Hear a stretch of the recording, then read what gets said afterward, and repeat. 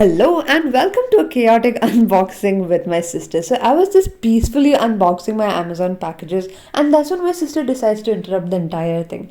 But anyways, I wanted a face wash from so long, but the other companies were all filled with chemicals. This one by Nat Habit seemed quite natural and even when you use it, you can feel how natural it is. It came below 400 rupees and was quite affordable. I had also used other products of this and it was pretty good. So yeah, I needed this for my face. It came filled with the goodness of herbs and had zero fragrance, which was something I just wanted. After that, I proceeded to the next package. Little did I know that a little intruder would intrude into the whole hall. She decided to just barge in and just show me a reel, which we were gonna do. It was a dance video which we were gonna try, and she was super excited about it, which we did not ace.